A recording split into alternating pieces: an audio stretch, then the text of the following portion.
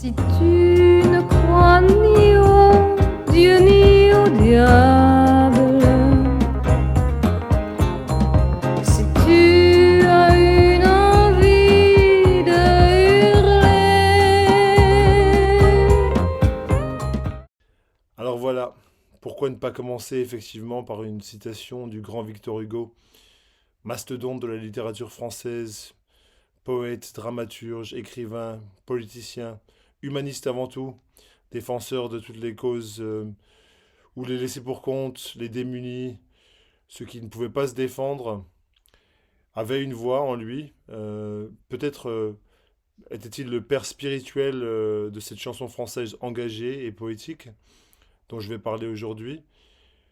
Mais en tout cas, il s'est battu pour les droits des femmes, pour l'abolition de la peine de mort, pour ceux qui n'avaient rien. Et je pense que commencer avec Victor Hugo, c'est peut-être commencer sur une base solide.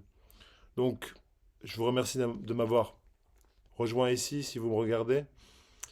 Euh, C'était un peu solennel comme départ, cette vidéo, mais je pense que cette musique que je vais vous présenter, ces disques, ces artistes, le méritent, tout du moins.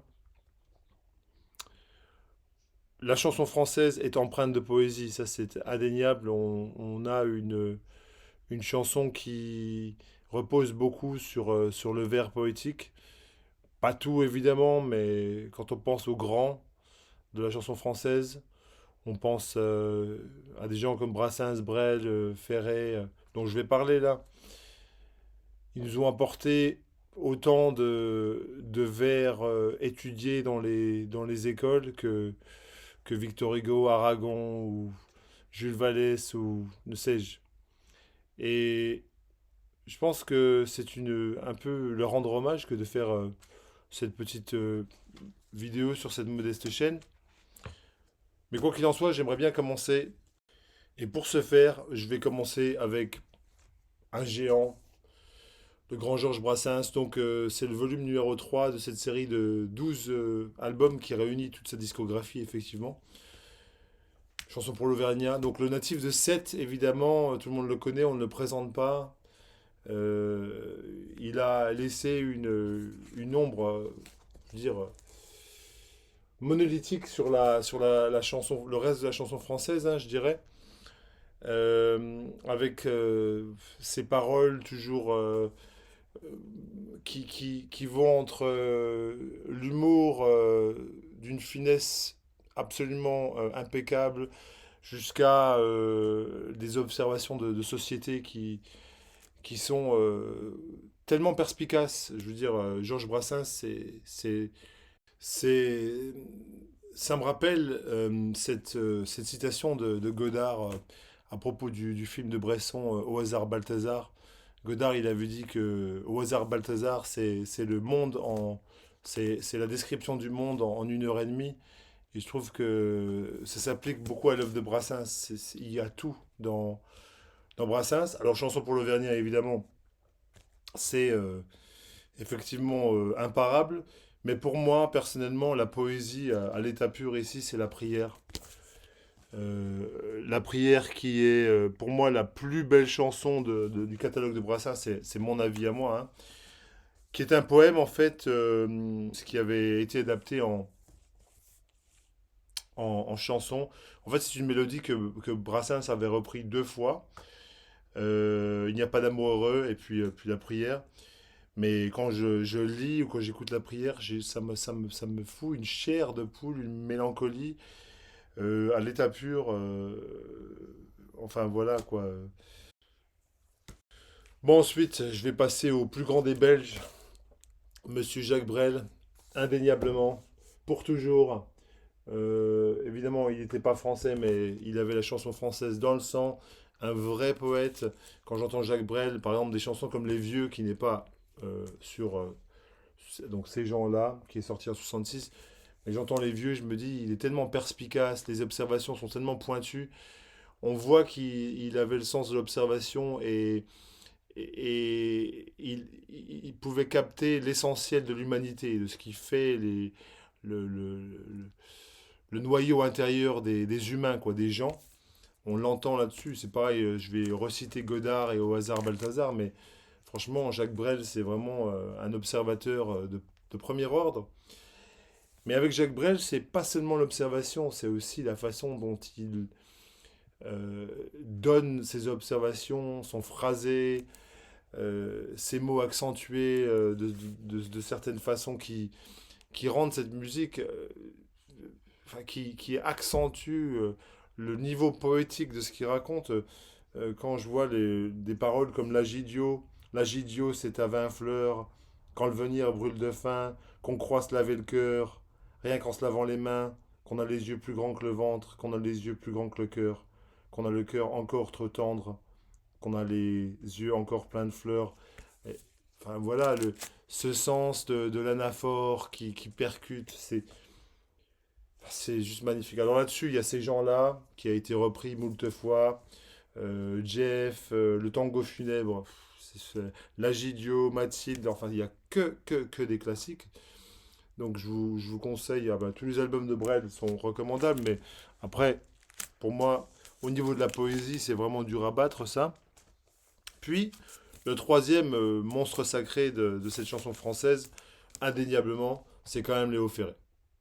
Et j'ai parlé de Léo Ferré dans des vidéos précédentes, mais j'ai parlé plus de Léo Ferré. Oups, ça se casse la figure. Il manque des agrafes. J'ai parlé de Léo Ferré plus en termes de son truc pop progressif, Anarchie 70, La solitude, ces choses-là. Là, on est quand même dans du Léo Ferré beaucoup plus classique où il y a vraiment cette influence baudelairienne, aragonesque. Vous n'avez qu'à écouter Ne chantez pas la mort, chanson qui a été coécrite avec Cossimon. Et enfin voilà, c'est des paroles qui, encore une fois, c'est des observations sur la vie et puis l'au-delà et puis son rapport avec la mortalité. C'était sorti, je ne sais pas, je sais plus l'année où c'est sorti, mais je pense dans les années 60. J'ai aucune idée juste comme ça, mais c'est pas très grave, hein, on n'est pas non plus là pour vous donner des faits, on est là pour vous donner des... Non, on est là pour essayer de vous donner des faits, mais il n'y a plus rien, c'est très très hautement recommandable, c'est un magnifique album si vous le trouvez. En plus, je pense qu'en France, c'est carrément trouvable pour trois fois rien. Alors ensuite, voilà deux ou trois, enfin, trois chanteurs que je considère être dans la lignée Léo Ferré, au niveau de la diction, de l'élocution, au niveau du sérieux, des paroles, de la façon solennelle qu'ils ont voilà, de dire ces textes.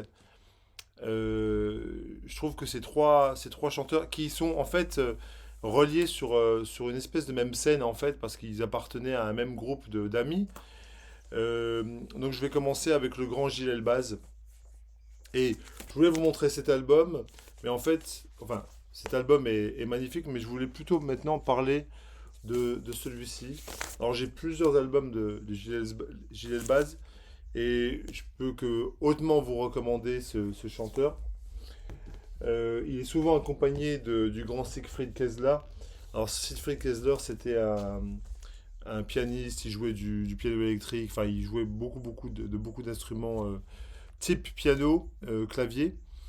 Et il a fait des disques assez aussi en même temps qui sont assez funky, assez expérimentaux de lui-même, mais avec des grands de la chanson française, il les a aidés à étoffer leur musique avec des arrangements assez subtils. Et là, c'est donc Gilles Elbaz et Siegfried Kessler. Et l'album s'appelle Les mots sur la musique. Et effectivement, il y a une grande emphase là-dessus sur les mots. Euh, alors, Gilles Elbaz, il est malheureusement décédé il y a de longues années. Mais moi, je trouve que c'est un des grands oubliés de la chanson française. Il a cette façon de chanter qui est un peu Ferré-esque, on va dire. Il énonce un peu les mots de la même façon. Et parfois, quand j'entends du Gilles Elbaz, j'ai un peu l'impression d'écouter du Ferré. Sauf que, bien sûr, au niveau musical, c'est pas tout à fait pareil. Et il y a eu un passage d'une de ses chansons que j'aurais choisi de toute façon. Il a pas mis toutes les paroles, mais les paroles qu'il a mises là, La marge, je suis né rature dans la marge avec un zéro de conduite et un bonnet d'âne. Je m'inscris, insulte et révolte à l'encre rouge, en marge d'une très belle page d'écriture. On sent ici la boostify italique, le bœuf bourguignon académique du Larousse. Ô Jéhovah, ta sauce est fade. Avec du sang de rouge-gorge sur les doigts, le professeur critique soigneusement ma rédaction. N'écrivez donc pas dans la marge, cher petit. Je ne sais plus où déposer mes œufs pourris. Dis donc, dégueulasse, tu as vu dans quel état tu as foutu la marge? Il va falloir balayer, nettoyer tout ça, ou bien changer de copie. Si ça vous parle pas. Alors la musique là-dessus aussi, musicalement, c'est très accompli. C'est magnifique. Je veux parler aussi de Jacques Bertin, qui était pote avec Gilles Elbaz. Ils faisaient partie d'un groupe des cinq avec Gilles Elbaz, lui, Jean Vasca dont je vais parler dans une minute, et puis Jean-Max Brua. Ils étaient tous copains, ils étaient sur la scène à Paris ensemble, ils se connaissaient, ils se côtoyaient. Voilà, Jacques Bertin. Alors, pareil, Jacques Bertin, encore accompagné d'une équipe de tueurs absolus, Denis Levalet, Siegfried Kessler et Michel Roch. Donc des musiciens français de jazz absolument chevronnés, des musiciens incroyables. Et là, voilà, c'est la sobriété à l'état pur, c'est la classe. On peut pas, c'est difficile de. C'est des objets qui sont plus pour moi. Je pense que on a l'esprit de cette littérature française qui est condensée dans un, oui, dans un artefact d'une vingtaine de minutes par face, mais qui nous dit beaucoup sur la vie, sur le monde. Il y a notamment à Besançon, et moi ça me touche particulièrement parce que je viens de pas loin de là, de la région de Besançon. Mais les grands poètes sont comme des fleuves silencieux. Je vous recommande cette chanson. C'est très très dans l'esprit de Léo Ferré, encore une fois.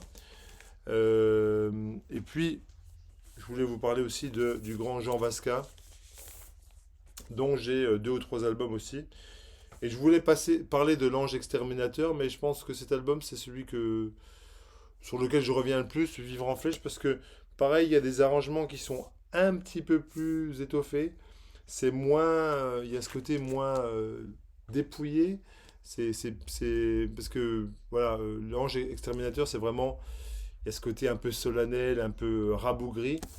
Et là, on voit qu'il se libère un peu. On est à l'instar un peu de Ferré avec La Solitude, où on a des arrangements qui poussent la musique vers le haut.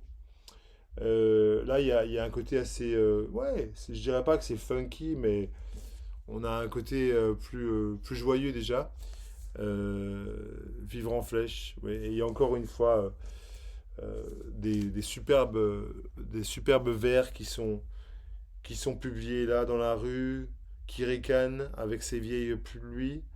Dans la rue que ravage un hymne épileptique, je m'asphalte à hurler mes noires litanies, du soufre dans les yeux, au ventre un jet de briques. Ça, c'est magnifique, quoi. Je peux pas. Voilà, vous aurez compris, on est dans la poésie. Alors, ensuite, on va aller vers un côté un petit peu plus léger. Je vais vous parler du grand Bobby Lapointe, natif de l'Hérault. Un grand de la chanson française qui est malheureusement que très rarement mentionné sur la Vici française, sinon jamais. Suis-je la première personne à montrer ça? Je pense que Yann Hogarth a certainement déjà montré du Bobby Lapointe, et puis même Dish 007, c'est fort possible. Alors là, on a ce côté un peu dadaïste. Alors moi, personnellement, j'ai découvert Bobby Lapointe très tôt. Je devais avoir 15 ans quand j'ai découvert cette musique. Mon oncle était un fan inconditionnel de Bobby Lapointe. Il écoutait Bob Dylan, il écoutait plein de choses qui m'ont beaucoup ouvert l'esprit.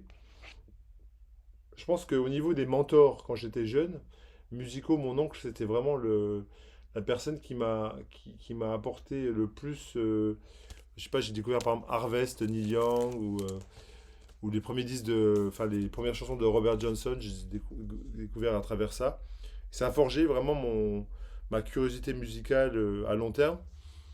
Bobby Lapointe, c'est un espèce de mélange entre euh, voilà, Captain Beefheart et puis de la chanson française humoristique, quoi. C'est improbable. Mais le type c'est le roi des calembours, des contrepétries. Enfin, tout le monde connaît Takati Takité, quoi. Je veux dire, dans la chanson française, dans le Panthéon, c'est quand même un truc, c'est énorme. Il a vécu longtemps à Paris, et puis après, il est reparti, effectivement, dans son héros natal qui lui était chéri. Il chantait encore avec cet accent du Sud, empreint de. Il y avait de la joie dans son accent. Il y a notamment là-dessus la leçon de guitare sommaire, qui est génialissime. Si vous avez l'occasion d'écouter, c'est juste lui qui parle. Et là, vraiment, pour le coup, c'est de la poésie à l'état pur. Quand il vous parle de couper une guitare en deux, il n'y a que trois cordes. Les cordes duo se nomment basses. Voilà. Vous pouvez faire des accords comme bling et blang. Enfin, c'est juste magnifique. Aragon et Castille, à vanille et framboise. Fantastique, fantastique, fantastique. Bobby Lapointe. Avec l'orchestre de Alain Goraguer, hein, quand même. Hein, c'est pas n'importe qui. 1969. Alors ensuite, un petit disque super méconnu, mais qui vaut peut-être le détour. Une espèce de Fontaine et Areski, mais plus naïf et puis moins engagé. Françoise Moreau et François Imbert. Alors ces deux-là, ils étaient copains, enfin ils étaient amoureux, quoi. Et ils ont fait ce disque ensemble. Et ils ont fait beaucoup de scènes, ils ont fait beaucoup de MJC justement avec des chansons pour enfants qu'ils avaient nommées à l'époque des chantines, comptines. Et, euh, et, et l'album qu'ils ont sorti s'appelle Le Secret des Saisons. En fait, le vrai nom de l'album, c'est Le Secret des Saisons. Et quoique plus naïf et plus gentillet que, par exemple, du Ferré ou du Brel ou du Brassens, il y a quand même, c'est comme empreint d'un grand sens poétique. Écoutez, par exemple, Boîte à musique ou Le Secret des Saisons ou Toi, ma fille Éléonore, qui est magnifique. Voilà, un petit disque voilà, qui mange pas de pain, mais sur le label La Fine Fleur. Voilà, je peux que vous recommander d'écouter. Ça va pas plaire à tout le monde, j'imagine, mais je trouve ça joli. Alors ensuite, comment ne pas aborder le grand Georges Moustaki? Alors ce disque-là, il est fabuleux pour le coup, Bobino 70. Moi, je trouve que c'est de la musique qui pourrait être appréciée par un grand nombre de personnes, juste pour le temps de vivre. La première chanson, vous entendez ça, c'est espèce de folk très envolé, un peu nébuleux, un peu ténébreux sur les bords, mais avec une espèce de joie de vivre aussi solaire en même temps. C'est juste magnifique. On a Jean-Charles Capon au violoncelle. Euh, Au tabla, on a Philippe Combel. Donc, on a les mecs du Baroque Jazz Trio dans ce groupe, quoi. C'est déjà fou pour d'y penser quand il y pense comme ça. Ce disque, il est comme la pochette. Il a ce côté, voilà, clair-obscur. On est dans une poésie, voilà.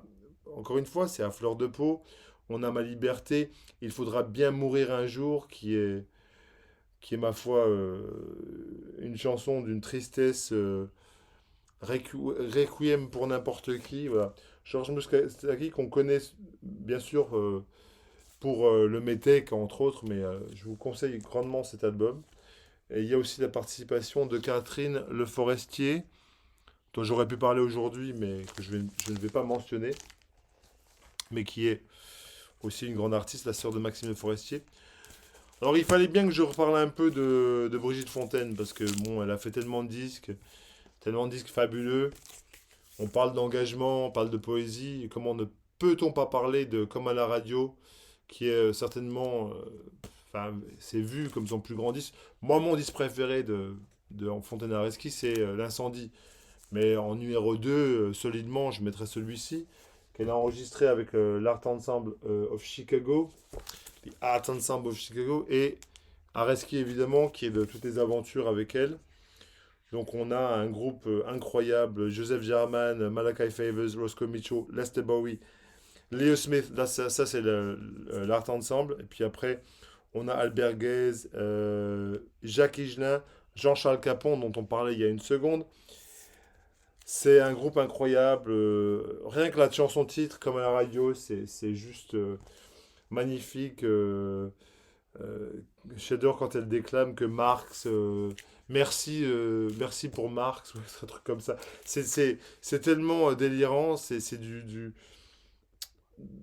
la musique libertaire post-68 qui a cet esprit complètement débridé, et puis qui se bat pour des causes, qui se bat pour des, parce que on fait pas un disque avec l'Art Ensemble of Chicago de façon anodine. On est quand même dans dans ces luttes, voilà, raciales entre noirs et blancs. On est dans ces optiques-là d'un monde meilleur, on espère meilleur. Donc voilà, comme à la radio, qui est sorti en 60, enfin, je pense 70 ou par là. Et puis, un disque hyper engagé et puis tout aussi magnifique, c'est l'album solo de Areski, Un beau matin. C'est juste un chef-d'œuvre, hein, on peut le dire. Je vous recommande d'écouter à Bali. Bali, voilà, quand il dit. Enfin, c'est juste. Voilà. Et vos crises cardiaques au 40e étage. Et vos voilà, Occident, tâche d'ordure sur le monde, berceau de la laideur et de la mesquinerie, suicideur d'enfants, étrangleur d'Aztèques, vous pissez sur l'Indochine. Ah, voilà. Si on veut de l'engagement politique, on est quand même bien servi avec ce disque. Je pense que tout le monde le connaît. Sur Sarava. Et puis, je vais continuer. Là, on a Jacques Higelin, le grand Jacques Higelin qui est là, qui était aussi un des premiers artistes du label Sarava. Puis je vais parler un peu de Higelin parce qu'on n'en a pas parlé beaucoup. Euh, le grand Jacques Higelin avec son disque, un des premiers disques solo qu'il a fait pour Sarava, Crabwif, Jacques Crabwif Higelin. Alors c'est pas son meilleur disque, mais moi je trouve que Musique rituelle du monde des abbesses, la phase B, qui fait toute la phase B, je trouve que ça c'est de la poésie à l'état pur aussi, quoi. C'est magnifique. J'adore le gatefold en plus, c'est complètement dingue. J'adore les disques où voilà, on s'attend pas du tout à ce qu'on quand on l'ouvre, quelque chose de complètement surréaliste. Ah bah, Jacques Higelin, bah, il était sur Sarava, il était pote avec Pierre Barou, il était super copain avec Areski et puis Brigitte Fontaine, et il a fait au début des disques un petit peu comme les leurs, hein. C'est pas trop différent au niveau de l'esprit, de la mentalité. Bon, évidemment, avec Brigitte Fontaine, il y a une certaine diction aussi. Il y a la façon dont elle est plus, comment dirais-je, un peu plus loufoque, un peu plus. Il y a un côté plus enfantin, plus ludique chez Brigitte Fontaine, où il est complètement déjanté, il y a des moments. Alors que Higelin, bon, il reste quand même cohérent, j'imagine. Alors, j'ai parlé de ce disque-là, comme à la radio. Je pense qu'un disque qui pourrait être le compagnon de ce disque-là, c'est évidemment le grand Répression de Colette Mani, sorti sur le Chant du Monde. Alors, ce qui est un label qui est engagé et poétique, c'est bien le Chant du Monde, hein, on est bien d'accord. Répression, bon, bah, j'ai tous les premiers albums de Mani. Puis j'ai bien réfléchi, puis je me suis dit, si j'en choisissais un qui représente le plus cette chanson française engagée et poétique, c'est effectivement bien ce grand disque. La couleur est affichée sur la pochette, les panthères noires, les Black Panthers. Donc on est vraiment dans une défense absolue, féroce de la cause noire aux États-Unis. Colette Mani, donc elle avait commencé comme secrétaire à l'OECD à Paris, puis après ben, elle avait découvert Ella Fitzgerald, et puis Bessie Smith, et puis je ne sais plus qui. Puis elle était devenue amoureuse de cette musique noire américaine. Elle avait le blues dans le sang. Et là, on est dans une dynamique où voilà, elle veut tout éclater sur son passage. Il n'y a pas de, il y a pas de, il y a pas de pitié, quoi. Il n'y a pas de répit. Elle chante comme si c'était son dernier souffle, comme si il n'y avait plus que ça qui comptait. Et puis on voit bien que c'est l'engagement à l'état pur. On a Bernard Vité à la trompette, Bob Guérin à la basse, François Tusk au piano, et Noel McGee, qui est un grand, grand, grand batteur de jazz américain. Et puis on a aussi la présence de Barry Phillips, qui fait des disques sur ECM, qui rend l'ensemble complètement, voilà, d'une force, d'une puissance atomique, une déflagration absolue. Je pense que tout le monde devrait avoir ce disque dans sa collection. Je le dis haut et fort, c'est un grand disque de poésie engagée. Voilà.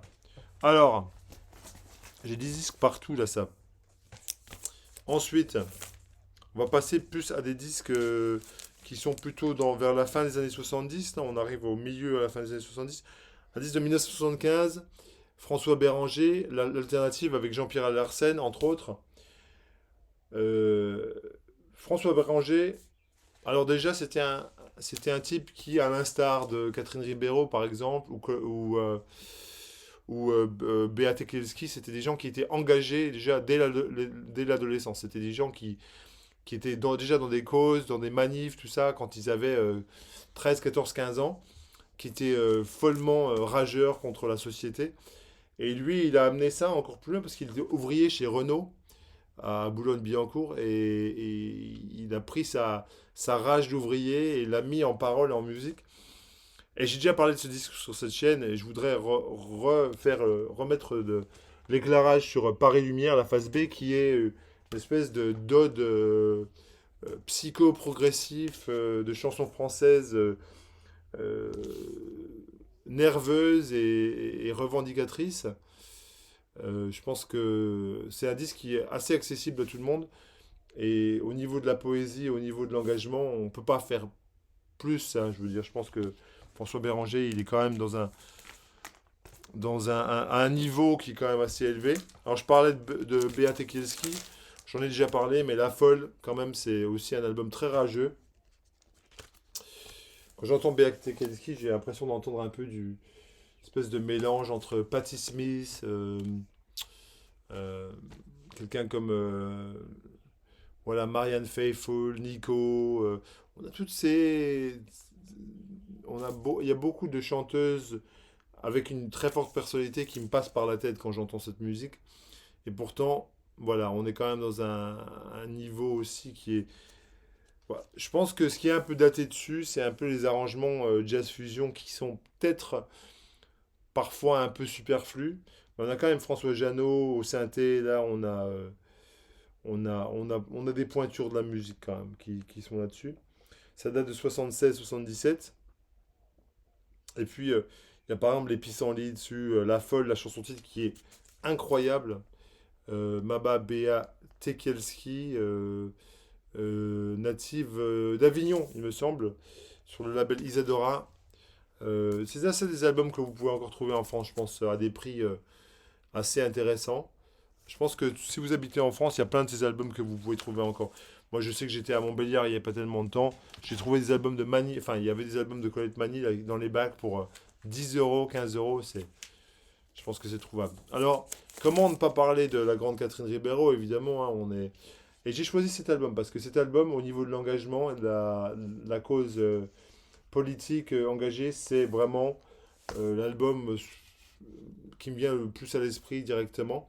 C'est un album plus tardif, on est moins dans un folk psychédélique, parce que les premiers albums, Paix, Âme debout, Le rat débile et Le rat des champs, voilà, et L'homme des champs, voilà, Anne Ribeiro et Bis, enfin, tous ces albums-là sont plus une espèce de folk psychédélique avant folk, qui, qui s'apparente plus à des choses comme voilà, comme du Tim Buckley, du Velvet Underground. Alors que là, on est vraiment dans une revendication pure et dure.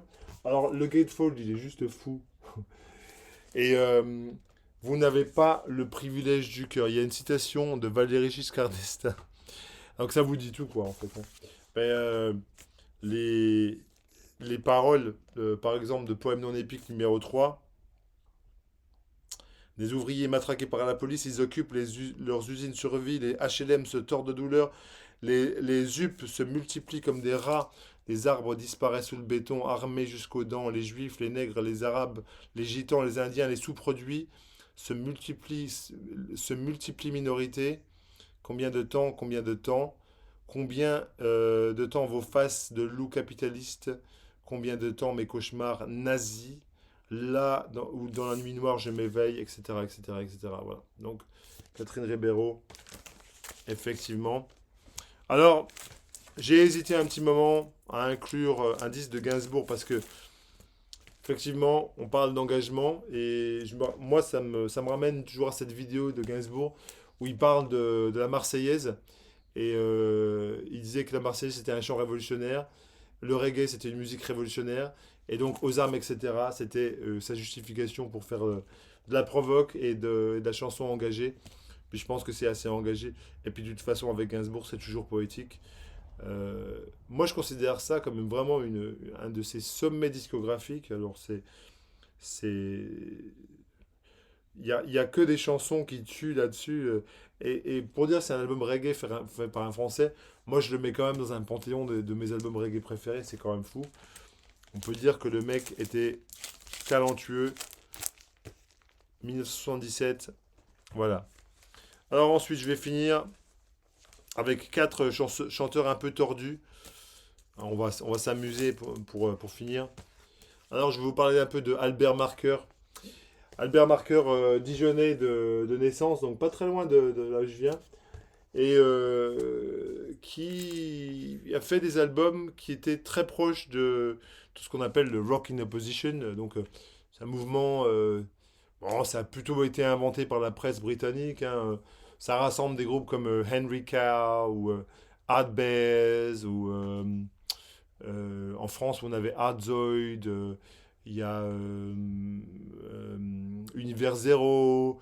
Ça touche un petit peu à l'univers Magma aussi.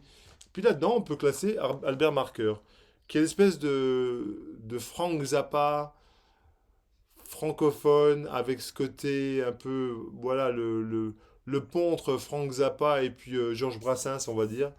Il y a ce côté humoristique, déglingué. Puis j'adore ce concept album à colorier. Vous pouvez colorier vous-même votre pochette si vous voulez. Ce que la personne qui possédait cet album au départ n'a pas fait. Je l'en remercie. Euh, et donc c'est de la musique, encore une fois, complètement déglinguée. C'est super poétique, effectivement. On est dans un univers où il n'hésite pas à sortir des calembours de tout genre. Il s'amuse avec la langue française. C'est sorti en 76. Je pense que c'est aussi des albums qui sont quand même encore trouvables en France, les Albert Marker. Et je vous conseille cet album. Si vous aimez un peu le côté dérangé de Frank Zappa, ça va vous parler. Alors là, un mec qui vient de chez moi, de la Franche-Comté, pur et dur. Hubert Félix Thieffen. Alors, voilà, alors ça, si c'est pas de la poésie, et si c'est pas de l'engagement pur aussi, c'est difficile à classer cet album. Il y a un côté pop progressif, il y a un côté un peu psychédélique, et il y a un côté franchouillard complètement débridé.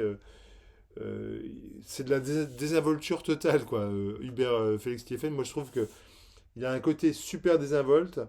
Et voilà, c'était un natif de Franche-Comté. Là, on a même Tony Carbonard qui est de Montbéliard, donc de chez moi, qui était dans le groupe Iris, par exemple, qui joue de la basse là-dessus. Et tout ça a été enregistré en 1977 et voilà, à Moffan, dans l'an 70, dans la Haute-Saône. C'est, c'est assez marrant parce que voilà, c'est vraiment des disques de chez moi. Tout court vivant est branché sur le secteur étant appelé à s'émouvoir. Alors déjà, pour faire un titre comme ça, il faut en vouloir.